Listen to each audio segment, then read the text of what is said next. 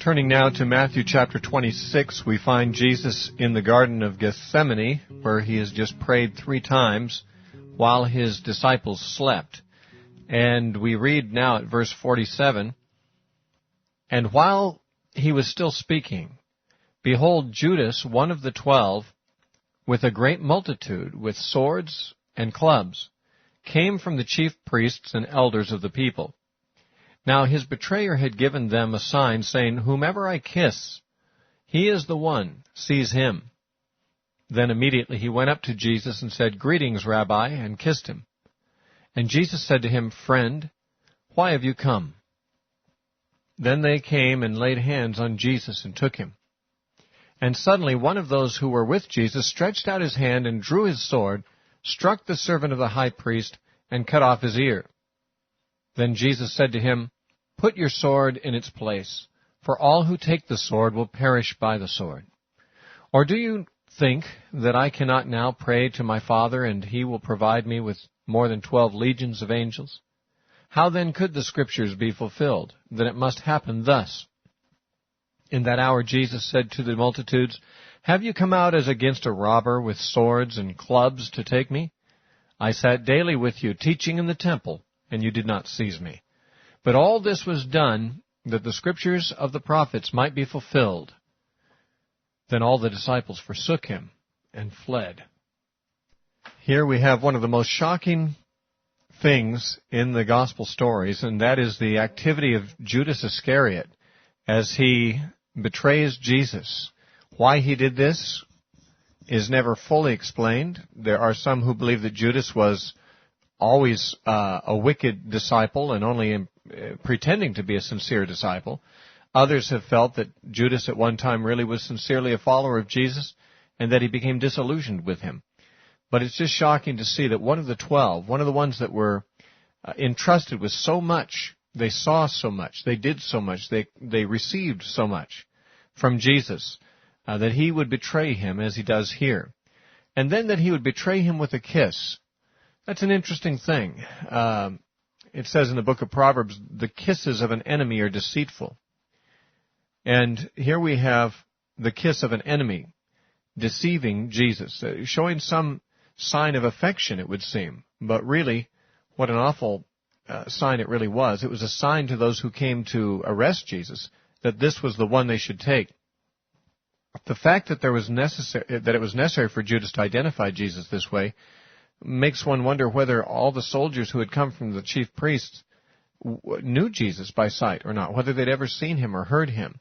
It seems otherwise they would have no difficulty knowing which one was the one. There were, after all, only 13 men there that they were coming to meet, and one of them was the one that was the most famous of all, Jesus. It would seem unnecessary for someone to have to make an identification of him by this technique of giving a kiss.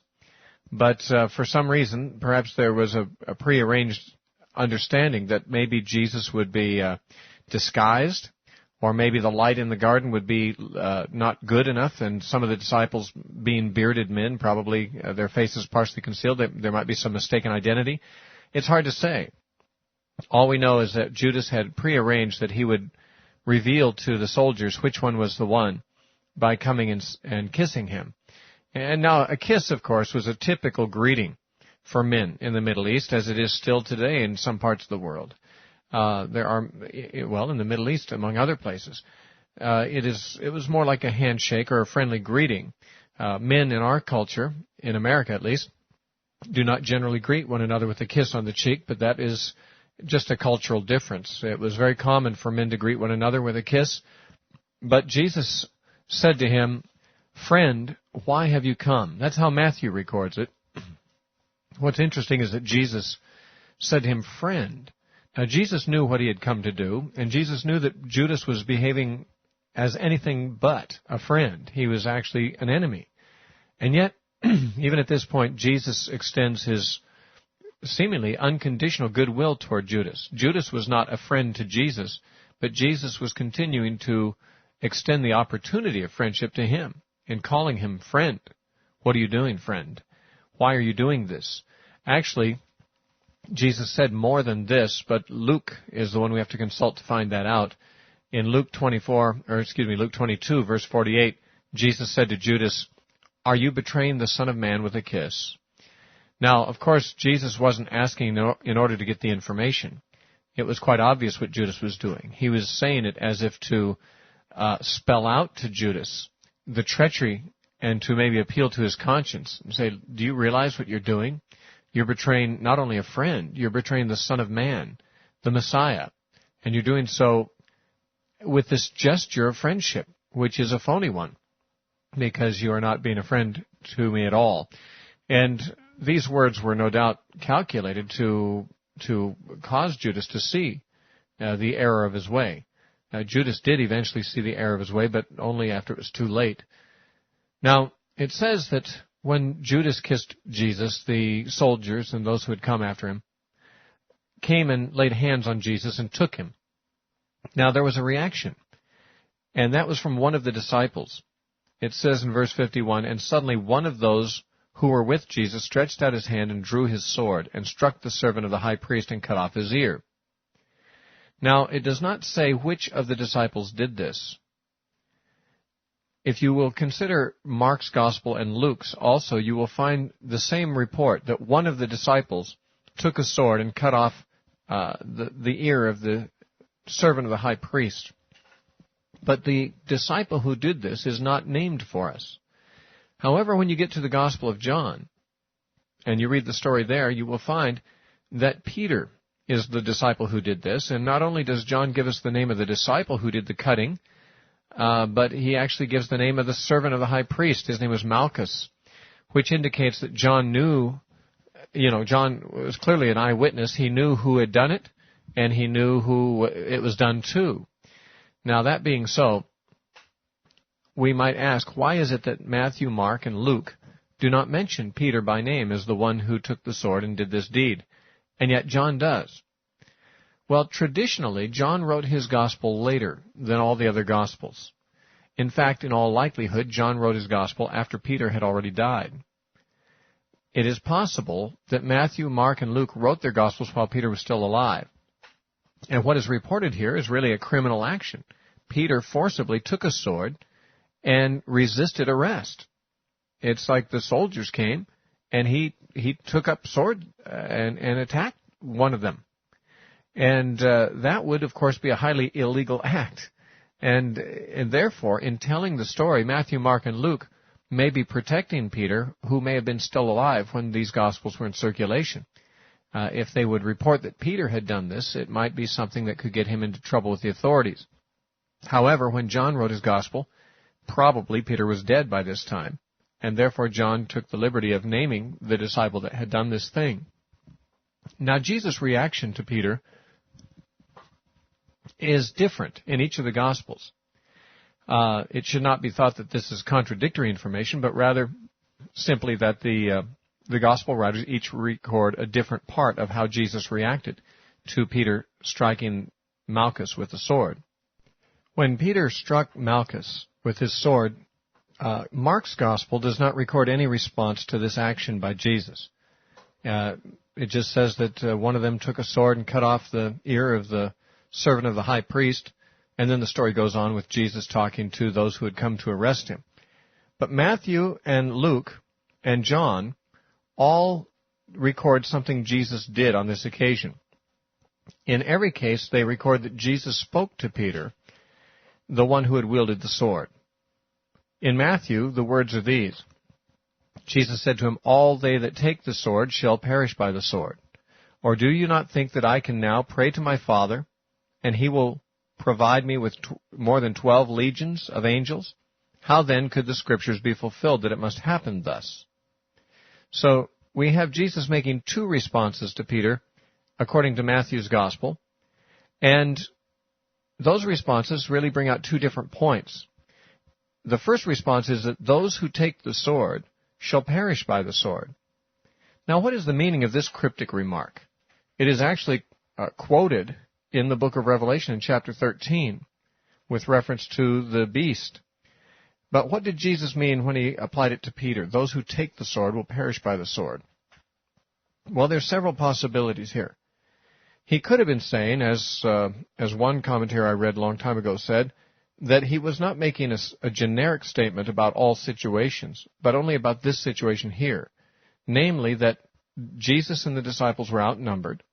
We know from what Luke tells us in Luke chapter 22 that there were only 2 swords among the disciples, and Peter had one of them, and that those who had come out against him were much more heavily armed, and that Jesus was simply saying, if we take up the sword to defend ourselves, we'll certainly die by the swords of these people. Not because it was an axiom that this would always be true, but because it would be true in this case. And so some feel that Jesus was not making a statement about swords in general, but simply about the sword in this case. Peter's sword and that of the disciples should not be brought out because they were greatly outnumbered and would certainly die by the sword, which Jesus did not desire for his disciples to do at this time. That is one way of looking at it. Another is to make it as if Jesus is giving a universal axiom, namely that everybody who seeks to defend himself with a sword will die by that means. This is the way that a lot of people quote it. However, it hardly seems likely that that is what it means, since it wouldn't be true. There are many people who wield a sword and who fight using a sword, but who have never died by that means. Many people, like Alexander the Great, used the sword a great deal in conquering lands, but he died not by the sword. He did not die in war. And there are many people like that. And for that matter, the Apostle Paul never did take the sword, but he died by the sword. His head was cut off by the Roman sword. So it is not true as an axiom that everybody who uses a sword will die by that means. And therefore, it's not likely that Jesus meant that, because we are not the only ones who realize that. Jesus certainly would have realized that not everyone who takes the sword will die by the sword. But he might have been saying that those who take the sword take the risk of dying by the sword and are inviting that kind of response. That is, if somebody is attacking you, and you, as Jesus said elsewhere, if you turn the other cheek, it may diffuse their anger. You may perish or you may not. But if you do fight back, you are inviting a violent response from them. You are simply escalating the violence, and you may very well be the one to be the loser as the result of that. If you take the sword, you are inviting a response of the sword, and you may well die by it. It is possible that Jesus was saying something along those lines. If so, it would seem as though Jesus was, basically discouraging the use of the sword in all situations, because the use of violence will bring a violent response, and that could turn out badly for you. There is also a possibility that Jesus was making a cryptic remark about those that were coming with swords and sticks to take Jesus. Those who are taking the sword would themselves later die by the sword. This was true of many of them, because within a few years' time, the Romans conquered Jerusalem, and these chief priests and these people who came out to arrest Jesus, many of them died by the sword of the Romans. And Jesus may have been saying to Peter, listen, you don't need to bring your sword out. God will take care of these people. These people who are bringing their swords out against us, they will have their day when they too will perish by the sword. All of these are possible meanings of what Jesus said, and it's not entirely clear how he meant it in this case. It makes it difficult to be dogmatic in taking his statement and applying it in one way to the exclusion of the other ways. Jesus certainly was saying, however, that there was no reason and no appropriateness about Peter taking the sword in this case, and he was discouraging him from doing so. But Jesus went on further and said, or do you not think that I can now pray to my Father, and he will provide me with more than 12 legions of angels? Now, a legion, at least among the Romans, a legion was 6,000 soldiers. And 12 legions of angels would presumably be something like 72,000 angels. Now, 72,000 angels could do a great deal of damage to anyone they attacked, including this little band of representatives of the high priests who came to arrest Jesus. If Jesus wished to call 12 legions of angels to his assistance, there would be no problem in dispatching these people who are causing his problems at this moment. Of course, 12 legions is not an exact number, or at least it's not likely that Jesus was saying, this is the limit of the angels that I could call upon. He's probably saying that to the disciples, there are 12 of you here. Actually, there were 11 on his side, though Judas was there too. But if all 12 of you disciples would come to my defense, you could not possibly defend me as much as God could. For each of you, he could send instead a legion of angels. And how much better off would I be under their protection than yours? The idea here is that God is not impotent to save me if he wishes to do so. He does not need the help of your sword, Peter. There are angels standing by who will gladly come and rescue me if I simply ask them to do so, if I will call upon them. But I can't do that because then the Scriptures will not be fulfilled. And we need to remember this many times when we are, inclined to make a defense for ourselves.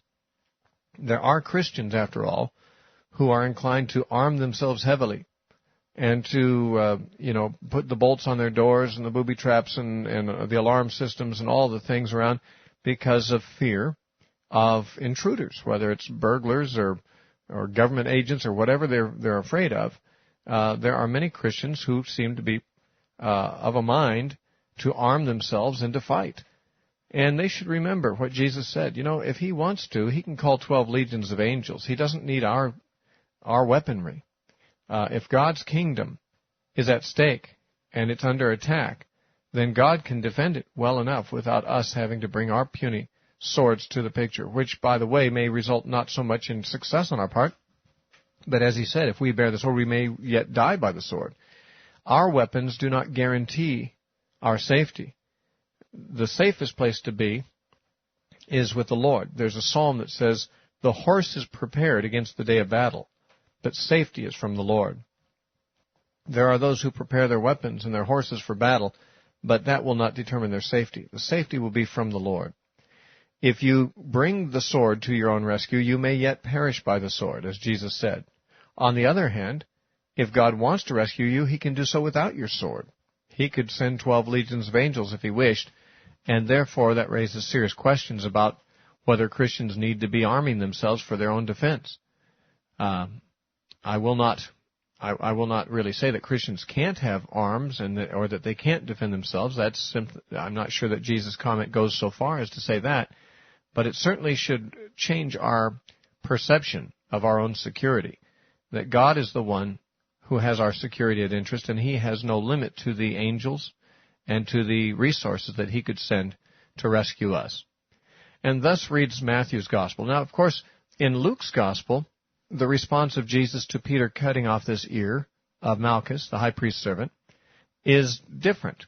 It doesn't record much of a verbal response on Jesus' part. In Luke 22:51, it simply says that he said, "Permit even this."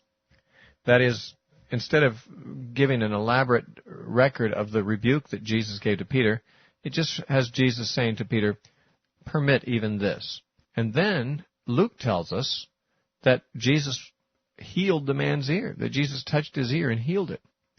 So here we have Jesus healing a man in the very act of that man coming to arrest him. That is really a picture of the forgiving grace of God.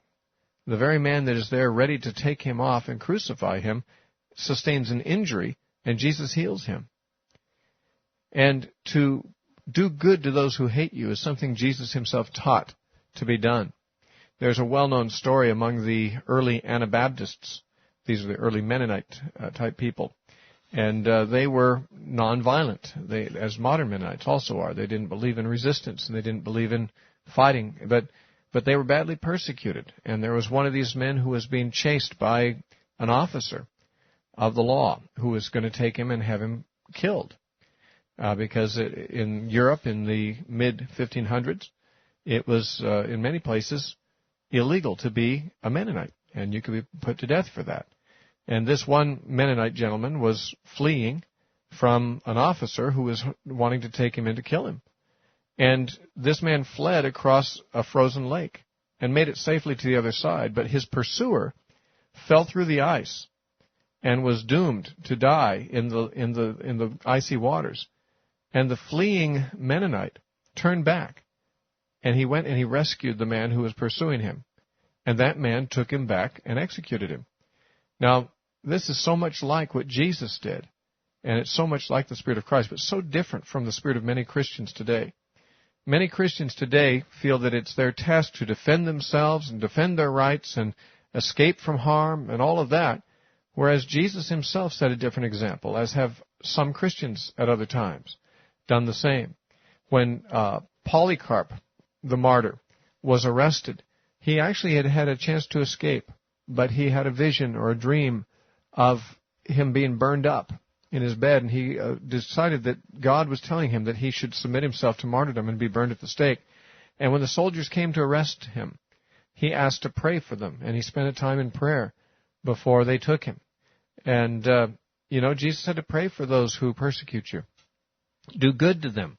Jesus modeled this himself in healing the ear of the man who was injured by Peter's sword on this occasion. In John's Gospel, Jesus' response to Peter on this occasion was this. In John 18:11, Jesus said to Peter, "Put your sword into its sheath. Shall I not drink the cup which my Father has given me?" In other words, Jesus recognized that this arrest and being taken to the cross was the cup his Father was giving to him. Remember, he prayed 3 times that the cup might be taken from him? Well, the cup was not to be taken from him. It was going to be given to him. And because of his resignation to the will of his Father, he said, well, this is the cup my Father's given me. Do not prevent me from drinking it. It's a bitter cup. It means my death. It means a painful and excruciating death. But it is from my Father. And shall I not drink that cup that my Father gives to me? That is the attitude that Christians also should have when it comes to trials that God brings to us. This is the cup that God has given to us. Now we might say, no, my trials are caused by people, not by God. Hey, well, this trial of Jesus it was caused by people too. There was Judas, there were the chief priests, there were all these guys arresting him. They were all bad people, and they were causing his trials right then. But he still saw it as the cup his Father had given him, because his Father did not choose to send 12 legions of angels to save him or to take this cup from him. Therefore, recognizing it as coming from the hand of God, because God chose to allow it to happen, Jesus received it and set an example for all of us in receiving from God's hand whatever trials he may wish to bring to us. This is how we grow. This is how we obey. This is how we bring glory to God in our lives, as Jesus did.